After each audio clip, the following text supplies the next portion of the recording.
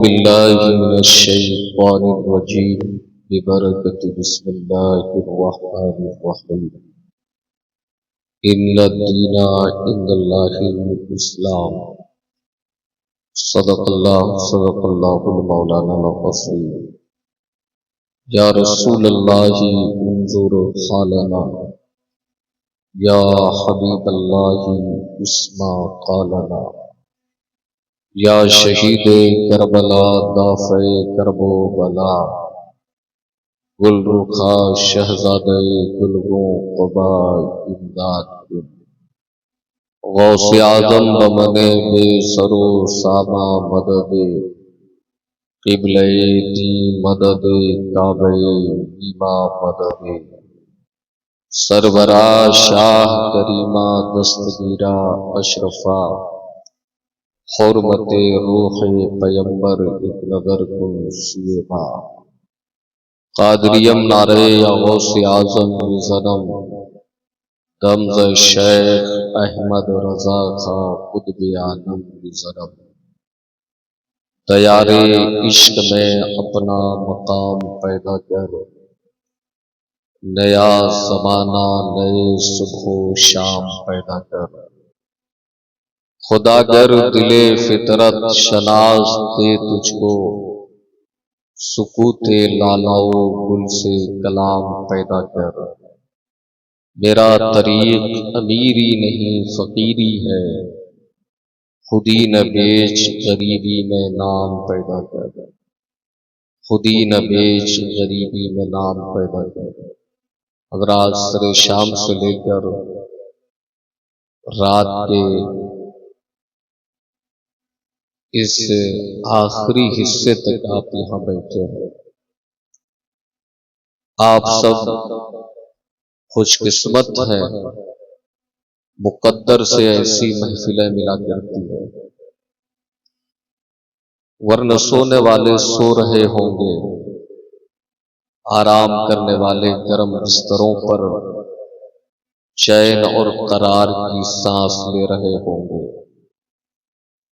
لیکن آپ ہیں کہ اپنے خدا اور مصطفیٰ کی رضا کے لیے یہاں بیٹھے یہ اللہ کی بڑی توفیق ہے یہ بڑی سعادت ہے ہم آپ سب کی مشترکہ فیروز بختی ہے مولا کریم ہمارے آپ کے اس بیٹھنے کو اس مجلس خیر کو اپنی بارگاہ میں شرف منظوری عطا فرمائے مجھ سے پیشتر کئی خطابات کئی تقریریں آپ نے سماعت کی ہے رات کا آخری حصہ ہے میں زیادہ دیر تک آپ کے درمیان حائل نہیں رہوں گا کوشش رہے گی کہ کچھ پیغام کچھ معروضات کچھ میسیج قرآن و احادیث کے حوالے سے آپ کے گوش گزار کروں ممبر نور پر استاد العلماء قبلہ محترم آپ کے امام و خطیب حضرت علامہ ساجد عالم صاحب قبلہ نعیمی دامت برکاتہم العالیہ تشریف رکھتے ہیں آپ کے گاؤں کے مجھے بڑی خوشی ہوئی ایک پرانے شاعر عظیم ثناخواں حضرت علامہ مولانا غلام یاسین صاحب وہ آپ کی نگاہوں کی زینت بنے جلوگر ہے یہ تمام علماء کرام ابھی آپ نے ان کے شہزادے محب محترم حضرت مولانا قاری غلام حنظلہ صاحب کلیمی سمنانی میں سمجھتا ہوں ہر فن مولا ہے میں قیام گاہ سے سن رہا تھا کبھی نظامت ہو رہی ہے تو کبھی خطابت کر رہے ہیں تو کبھی نعت پاک سے آپ حضرات کے درمیان کیف و سرور کی سرور اور عشق و محبت و مستی کی کیفیت پیدا کر رہا ہے اللہ تعالی ہمارے ان علماء کرام کو سلامت رکھے ہمارے قاری صاحب نے پڑھا جتنی باتیں کہی گئی ہے اللہ تعالی ان سب پر ہم آپ سب کو عمل کرنے کی توفیق رفیق عطا فرمائے آئیے بارگاہ رسالت مآب علیہ طیت و سلام درود و سلام کا نذرانہ پیش کریں مل کر پڑھیں اللہم صلی علی سیدنا شفیعنا مولانا محمد معدن الوجود والکرم منبع العلم والحکم صلو علیہ دائما صلو علیہ سرمدا صلی اللہ تعالی علیہ وآلہ وسلم۔ حضرات، اللہ کا احسان ہے، اللہ نے آپ کو اور ہمیں مسلمان بنایا، ایک ایسے دین کی تحویل میں ہمیں ڈالا ہے، ایک ایسا مذہب عطا فرمایا جس کے حوالے سے خود رب نے فرمایا ان الدین عند اللہ الاسلام، بے شک اللہ کے نزدیک اگر کوئی دین ہے تو وہ صرف اسلام ہے۔ کون سا دین ہے؟ صرف اسلام ہے۔ لیکن افسوس یہ ہے کہ اسلام سب سے بلند ہے، اللہ کے نزدیک دین صرف فقط اسلام ہے۔ دنیا میں بہت سے ادیان و مذاہب ہیں، بہت سے ریلیجنز ہیں، بہت سی ملتیں ہیں حضرات، لیکن یہ انفرادیت ہے اسلام کی کہ اللہ نے سرے سے ان تمام کے دین ہونے ہی کا انکار کر دیا، کہا وہ دین نہیں ہے، وہ کوئی مذہب نہیں ہے، میری بارگاہ میں میرے نزدیک اگر کوئی مذہب ہے، کوئی دین ہے تو فقط اسلام ہے حضرات۔ لیکن آج مسلمان اپنے آپ کو بتانے والے اپنا جائزہ لیں کہ آپ کا حال کیا ہے، احتساب کریں کہ آپ صحیح معنوں میں مسلمان بھی ہیں، اسلام سے آپ کا کوئی تعلق بھی ہے۔ اسلام آپ کو بھلا کیا سمجھ میں آئے گا، اس لیے کہ آپ موروثی طور پر مسلمان ہیں، باپ دادا کلمہ پڑھتے تھے، آپ بھی کلمہ پڑھتے ہیں۔ لوگوں، صرف کلمہ پڑھ لینے کا نام اسلام نہیں ہے، ایمان نہیں ہے۔ کلمہ پڑھنے کے ساتھ کلمے کے کچھ تقاضے ہیں، کچھ لوازمات ہیں، کچھ مطالبات ہیں، کچھ ضروریات ہیں، اس کے اقرار و اعتراف اور تصدیق کے بغیر کوئی بھی مسلمان نہیں ہو سکتا ہے۔ اس لیے پیارے، اللہ کے نزدیک جو مذہب ہے واقعی میں حقیقت میں اسلام ہے، پاکیزہ دین ہے، پوتر دین ہے، لاجواب دین ہے، لیکن ہم اس وقت لاجواب بنیں گے جب اس کے تقاضوں کی تکمیل کریں گے، اس کی ضروریات کی تکمیل کریں گے۔ شاعر مشرق ڈاکٹر اقبال نے 1 صدی پہلے کہا تھا، زبانیں کہہ بھی دیا لا الہ تو کیا حاصل، نگاہ و دل جو مسلمان نہیں تو کچھ بھی نہیں۔ میں جو ہی آیا، آنے کے بعد اراکین انتظامیہ میں سے ہمارے ایک بھائی صاحب نے مجھ سے کہا والدین کی عظمت پر خطاب کیجئے گا، آپ کا عنوان والدین کا مقام بیان کرنا ہے، والدین کا مرتبہ بیان کرنا ہے۔ حضرات یاد رکھیں، دنیا میں بہت سے مذاہب ہیں، لیکن اسلام نے والدین کا جو مقام متعین کیا ہے وہ کسی مذہب نے متعین نہیں کیا ہے۔ اسلام نے کل تک خواتین کو کیا کوئی حقوق دیے جاتے تھے، ان کی رعایت کی جاتی تھی؟ آج بھی دیگر مذاہب میں آپ دیکھ لیں حضرات، والدین کے ساتھ وہ بے وفائی کی جاتی ہے، خاص کر ویسٹرن کلچر کو آپ دیکھیں، مغربی تہذیب کو آپ دیکھیں۔ اس لیے تو ڈاکٹر اقبال کہتے ہیں اپنی ملت پر قیاس اقوام مغرب سے نہ کر، خاص ہے ترکیب میں امت رسول ہاشمی، خاص ہے ترکیب میں امت رسول ہاشمی۔ مغربی دنیا آج ترقی کا دعویٰ کر رہی ہے اور بڑی تیزی کے ساتھ مغربی دنیا ترقی بھی کر رہی ہے، جدید ذرائع ابلاغ پر ان کا قبضہ ہے، وہ ایجادات پر قابض ہیں، آج طرح طرح کی چیزیں وہ ایجاد کر رہی ہے حضرات، یہاں تک کہ خلاؤں میں پرواز کرنا کیسے ہے، چاند پر کمن کیسے ڈالنا ہے، شمس و قمر کی شعاعوں کو گرفتار کیسے کرنا ہے۔ مغربی دنیا بڑی تیزی کے ساتھ آگے بڑھ رہی ہے، وہاں کے لوگ اپنے آپ کو دانشور کہتے ہیں، وہاں کے لوگ اپنے آپ کو پڑھا لکھا بتاتے ہیں، لیکن ذرا آپ اس معاشرے کا جائزہ لیں، وہاں کی تہذیب دیکھیں، وہاں کے کلچر میں جا کر کے آپ اس بات کا اندازہ لگائیں کہ وہاں والدین کے ساتھ کیسا سلوک کیا جاتا ہے، وہاں پیرنٹس کے ساتھ کیا رسپانسبلٹی نبھائی جاتی ہے، کیا ذمہ داریاں عائد ہوتی ہے اور وہ کیا کرتے ہیں۔ یاد رکھیں، اپنے آپ کو دانشور بتانے والا، اپنے آپ کو سائنٹسٹ بتانے والا، اپنے آپ کو ترقی انصاف کا بتانے والا۔ آج مغربی دنیا کا حال یہ ہے کہ والدین میں اگر کوئی بوڑھے ہو جائے، کمزور ہو جائے، نحیف ہو جائے، ناتواں ہو جائے، لاغر ہو جائے، حضرات ایسے حال میں بوڑھے ماں باپ کو ورلڈ ایج ہوم میں لیا کر کے چھوڑ دیا جاتا ہے۔ حضرات ایک سرکاری خزانے سے ایک عمارت بنائی جاتی ہے اور وہاں جا کر بوڑھے ماں باپ کو یہ ظالم چھوڑ آتے ہیں۔ تف ہے ایسے مذہب پر، لعنت ہے ایسے دین پر جس میں والدین کا احترام نہیں ہے۔ کیا کیا تم نے پڑھ کے؟ کیا اسے ہی ترقی کہتے ہیں کہ ماں باپ کو بڑھاپے میں تم کہیں اور چھوڑ کر آؤ؟ ارے ماں باپ کا تمہیں سہارا بننا چاہیے تھا، ماں باپ کے ساتھ تمہیں کھڑا رہنا چاہیے تھا۔ جس طرح والدین نے تیری پرورش کی تھی، آج بڑھاپے میں تمہیں ان کی نگرانی کرنی چاہیے تھی، ان کی پرورش و پرداخت کا خیال رکھنا چاہیے تھا۔ لیکن آؤ ذرا اسلام کیا کہتا ہے۔ اس لیے تو ہمارا اسلام سب سے پاکیزہ مذہب ہے اور اللہ کے نزدیک یہی ایک دین ہے۔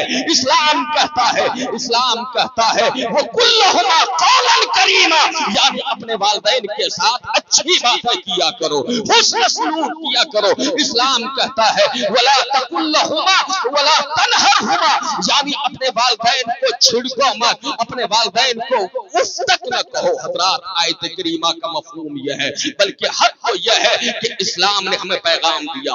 اسلام یہ کہتا ہے، قرآن کریم اٹھا کر دیکھیں، جب آپ قرآن پڑھیں گے تو آپ کو سمجھ میں آئے گا۔ قرآن کریم میں جہاں سب سے پہلے خدا نے اپنی عبادت کا حکم دیا ہے، جگہ جگہ پر، ایک مقام پر نہیں، متعدد مقامات پہ رب قدیر نے اپنی عبادت کے ساتھ اگر کسی کی عزت و حرمت کا اور کسی کی اطاعت کا ذکر کیا ہے تو ماں باپ کی عزت کا ذکر فرمایا ہے، ان کے ساتھ حسن سلوک کا ذکر فرمایا ہے۔ وہ قضا ربک اللہ تعبدوا الا ایاہ وبالوالدین احسانا، تمہارے رب نے یہ فیصلہ کر دیا ہے، یہ ججمنٹ کر دیا ہے کہ تم پوجو تو اسی ایک خدا کو پوجو، اس اللہ کے علاوہ کسی کی پرستش مت کرو۔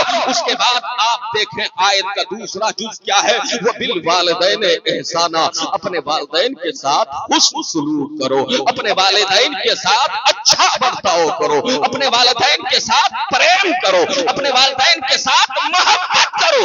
حضرات یہ ایک آیت نہیں ہے، درجنوں اس طرح ہے کہ ارشادات موجود ہے۔ دوسرے مقام پر رب فرماتا ہے وَعَابُدُوا بِاللَّهِ وَلَا تُشْرِكُوا بِهِ شَيْئًا وَبِالْوَالِدَيْنِ احسانا، اللہ کی عبادت کرو، اللہ کے ساتھ کسی کو شریک نہ ٹھہراؤ، اللہ کا کوئی شریک نہیں ہے۔ لوگوں یہ عقیدہ توحید ہے۔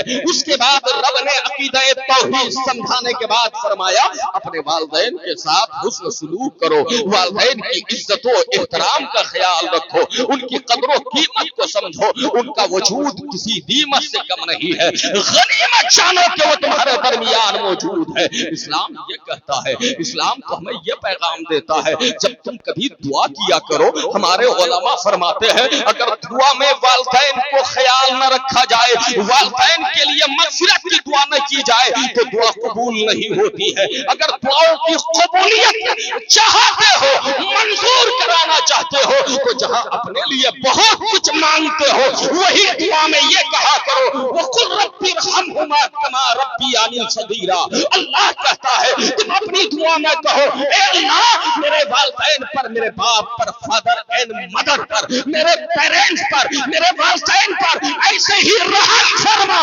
ایسا ہی معاملہ فرما جیسا کہ بچپن میں سجن سنی میں، یعنی جب میں گہوارے میں تھا اس نے میری پرورش کی تھی، اے اللہ میرے والدین ان پر ایسے ہی رحم فرما۔ اسلام نے یہ طریقہ سکھایا، یہ اصول دیے۔ لوگوں والدین کی عظمت پر خطاب کرنے کی ضرورت نہیں ہے۔ میں تو سمجھتا ہوں کہ حضرات غلطی کہیں نہ کہیں والدین کی ہوتی ہے، ماں باپ غلطی کرتے ہیں، تعلیم اور تربیت کا خیال نہیں رکھتے، اپنی اولاد کی صحیح پرورش نہیں کرتے۔ حضرات حال یہ صحیح پرورش کیا ہے کہ اسلامی دائرے میں ہو، قانون خداوندی کے دائرے میں ہو۔ حضرات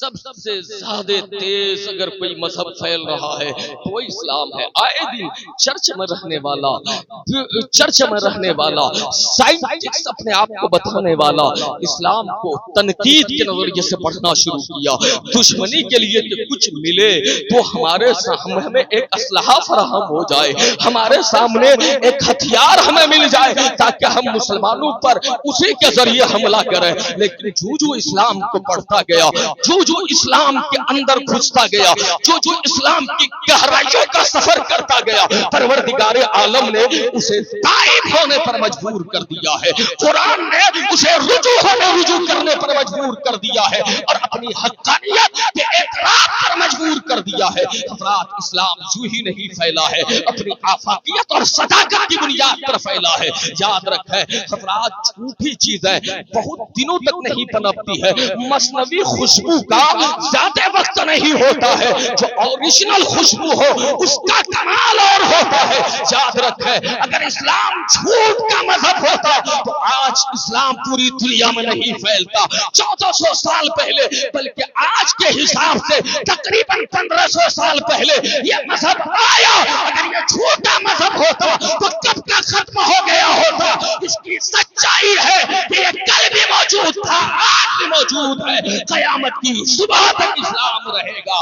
اسلام کی فطرت میں قدرت نے لچک دی ہے, جتنا ہی دباؤ گے اتنا ہی ابھرے گا, جتنا ہی دباؤ گے اتنا ہی ابھرے گا.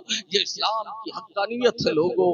لیکن آج مسلمان بتانے والے اور اسلام کو اللہ نے کوئی ناتمام ناقص دین نہیں بنایا کہ ہم غیروں کے چکر کاٹتے پھریں, غیروں کے در کے بھکاری بن جائیں, غیروں کی روش اپنانے لگے. یہ کوئی ناکارہ مذہب نہیں ہے, بلکہ اس مذہب کو خدا نے کامل بنایا ہے, اکمل بنایا ہے. رب کہتا ہے الیوم اکملت لکم دینکم واتممت علیکم نعمتی ورضیت لکم الاسلام دینا.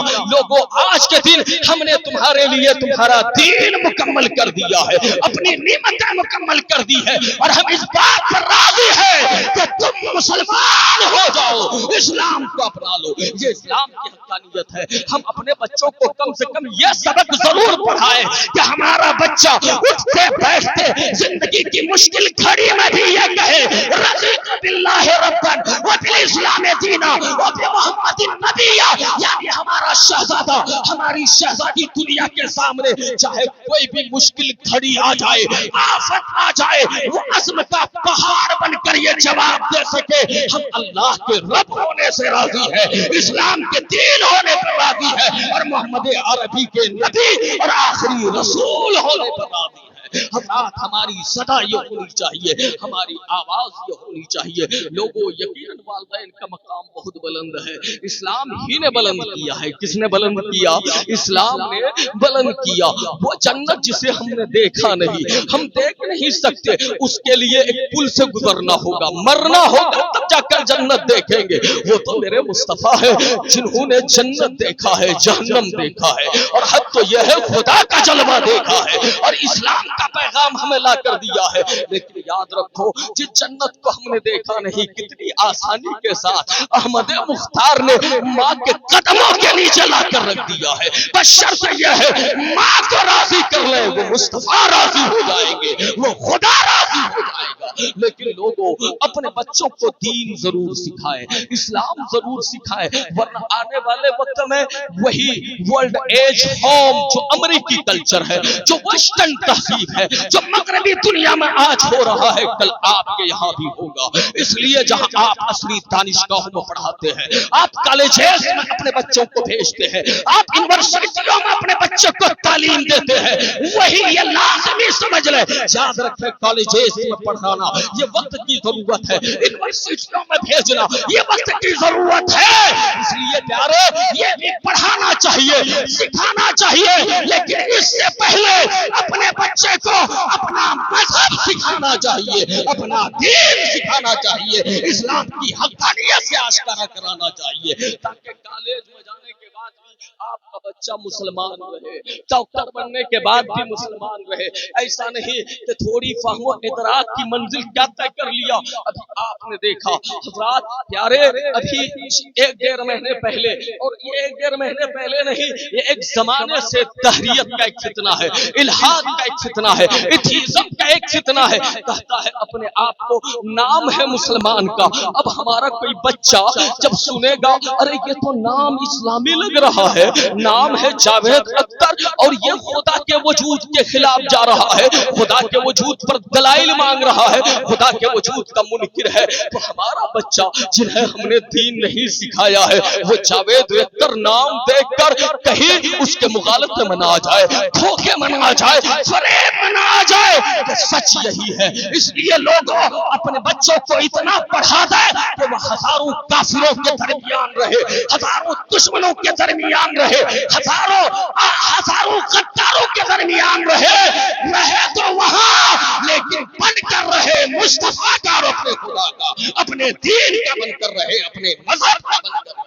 اور آپ کے لیے ایک اچھا موقع ہے، یہاں حضرت مولانا غلام یاسین صاحب رہتے ہیں، میرے بھائی حضرت مولانا غلام حنظلہ صاحب رہتے ہیں، اور سب سے بڑی بات یہ ہے ایک جلیل القدر عالم آپ کے امام و خطیب ہے حضرت علامہ ساجد حسین نعیمی صاحب قبلہ۔ آپ سب جانتے ہیں کہ ہندوستان کے سب سے بڑے فقیہ، سب سے بڑے منافر، سب سے بڑے مفتی حضرت فقیہ النفس کے داماد ہے یہ، اور خود اپنی ذات میں قابل شخصیت کے مالک ہے۔ تو نوجوانوں اپنا وقت کہیں چائے کھانے میں نہ گزار کر کے، چوراہے میں ضائع نہ کر کے، بازاروں کو نہ دے کر کے، ادھر ادھر کی باتیں نہ کر کے، کبھی وقت ملے، کام کاج سے فرصت ملے تو تھوڑا وقت اپنے ایمان کے قدموں میں جا کر گزارے، تاکہ تمہیں خدا یاد آئے اور مصطفیٰ یاد آئے، تاکہ تمہیں آخرت یاد آئے، تاکہ تمہاری سمجھ میں شریعت آئے، مصطفیٰ کا دین آئے۔ اس لیے لوگوں ادھر وقت ضائع نہ کریں، برباد نہ کریں۔ جلسہ کر لینے سے جنتی ہونے کی ضمانت نہیں ملے گی جب تک آپ نماز نہ پڑھو گے، شریعت کے اصولوں کو فالو نہ کرو گے۔ جلسہ ایک اچھی چیز ہے، یہ بھی امر مستحسن ہے، امر مندوب ہے، اور یہ بھی باعث اجر ہے، ثواب ہے، باعث خیر ہے، برکت ہے۔ لیکن کوئی ایک آدمی ایک جلسہ کرانے کے لیے ایک جلسہ کر کے یہ سوچ لے کہ میں بری ذمہ ہو گیا، ہرگز نہیں۔ جلسے کی وجہ سے اللہ تمہیں اجر عطا فرمائے گا، لیکن پیارے جنت ملے گی نمازوں کی وجہ سے، جنت ملے گی عبادات کی وجہ سے، جنت ملے گی زہد و تقویٰ کی وجہ سے، پرہیزگاری کی وجہ سے۔ اس لیے لوگوں اپنے معاشرے میں ایک دوسرے کی عزت و حرمت کا خیال رکھیں اور اسلام کو سمجھیں، اپنے بچوں کو یہ عقیدہ سمجھائیں۔ کیا عقیدہ سمجھائیں؟ آپ کا بچہ آپ کا وفادار نہیں ہوگا، ہوگا ہر حال میں ہوگا۔ حضور فرماتے ہیں کہ اپنے بچوں کو ادبوا علی ثلاثۃ، ادبوا علی ثلاثۃ خصال، اپنے بچوں کو 3 چیزیں سکھایا کرو۔ کیا؟ حب نبیکم، اپنے نبی کی محبت ان کے سینے میں پیدا کرو۔ وہ حب اہل بیت ہی، صرف نبی کی محبت نہیں، نبی کی آل سے بھی محبت کرانا سکھاؤ۔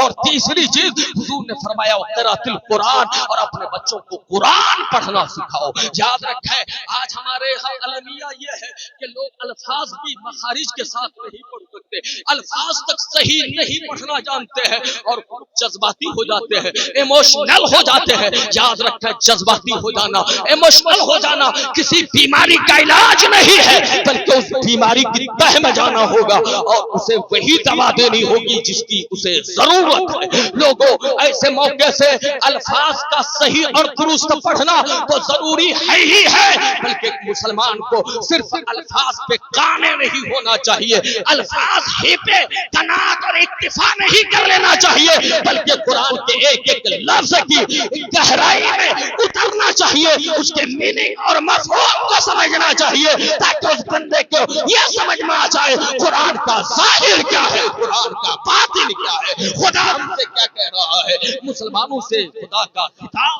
کیا ہے۔ اس لیے لوگوں قرآن کو اس کے ترجمے کے ساتھ پڑھو اور پڑھ کر